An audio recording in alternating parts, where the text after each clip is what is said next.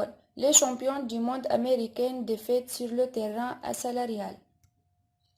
Elles ne sont pas habituées à perdre au football, mais les joueuses de l'équipe des États-Unis, double championne du monde en titre, ont ressenti vendredi 1er mai le goût amer d'une défaite dans leur quête d'égalité salariale avec l'équipe masculine.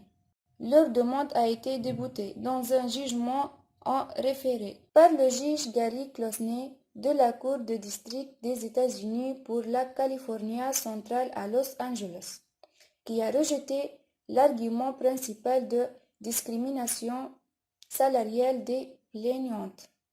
Il a néanmoins renvoyé un jugement ultérieur les griefs des plaignantes sur l'inégalité de traitement dans le logement, les voyages et d'autres domaines. Un procès doit débuter le 16 juin. En attendant, pour ce qui est du volet principal de l'affaire, c'est un coup très dur encaissé par les joueuses de l'équipe nationale, dont la star de l'équipe est militante féministe Megan Rapinoe, qui luttait pour leur cause depuis plusieurs années. Cette dernière a réagi sur Twitter avec une seule phrase traduisant leur détermination. Nous n'arrêterons jamais de nous battre pour l'égalité. Leur porte-parole Molly Levinson a fait savoir dans un communiqué que les joueuses américaines font faire appel. Une proposition rejetée par l'équipe féminine. Dans sa décision de 32 pages, le juge a expliqué que les plaignantes ont refusé un accord qui, considère-t-il, leur aurait permis d'être payées équitablement avec les joueurs de l'équipe nationale masculine. Une proposition rejetée par l'équipe féminine. Dans sa décision de 32 pages, le juge a expliqué que les plaignantes ont refusé un accord qui, considère-t-il, leur aurait permis d'être payées équitablement avec les joueurs de l'équipe nationale masculine.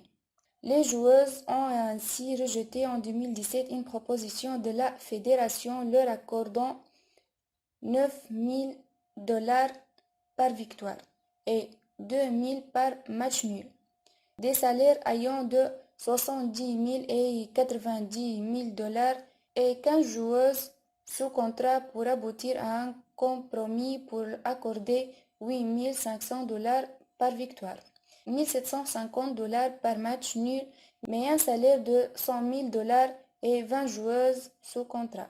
Les joueuses de l'équipe américaine qui domine le football mondial, ayant remporté 4 de 8 coupes du monde féminines. Dans les deux dernières, en 2015 et 2019, réclamaient $66 millions en arrière de salaire, en vertu de la loi sur l'égalité de rémunération et de la loi sur les droits civils. Elle avait établi cette somme en se fondant sur les disparités entre les primes distribuées par la FIFA des coupes du monde masculines et féminines. En 2014, les champions du monde allemands ont remporté $35 millions, 31,6 millions d'euros, pour leur sacre au Brésil, tandis que les Français ont gagné $38 millions après avoir triomphé en Russie. Les champions du monde 2015 et 2019 ont pour leur part récolté au total $6 millions au cours de 2 tournois, soit 12 fois moins. Intenté en mars 2019. L'action en justice a pris une tournure particulièrement acrimonieuse il y a 2 mois, lorsqu'un dossier déposé par des avocats de la Fédération a fait valoir l'argument que jouer dans l'équipe nationale masculine exigeait un niveau plus élevé de compétences, exprimé en vitesse et en force, et revêtait une plus grande responsabilité.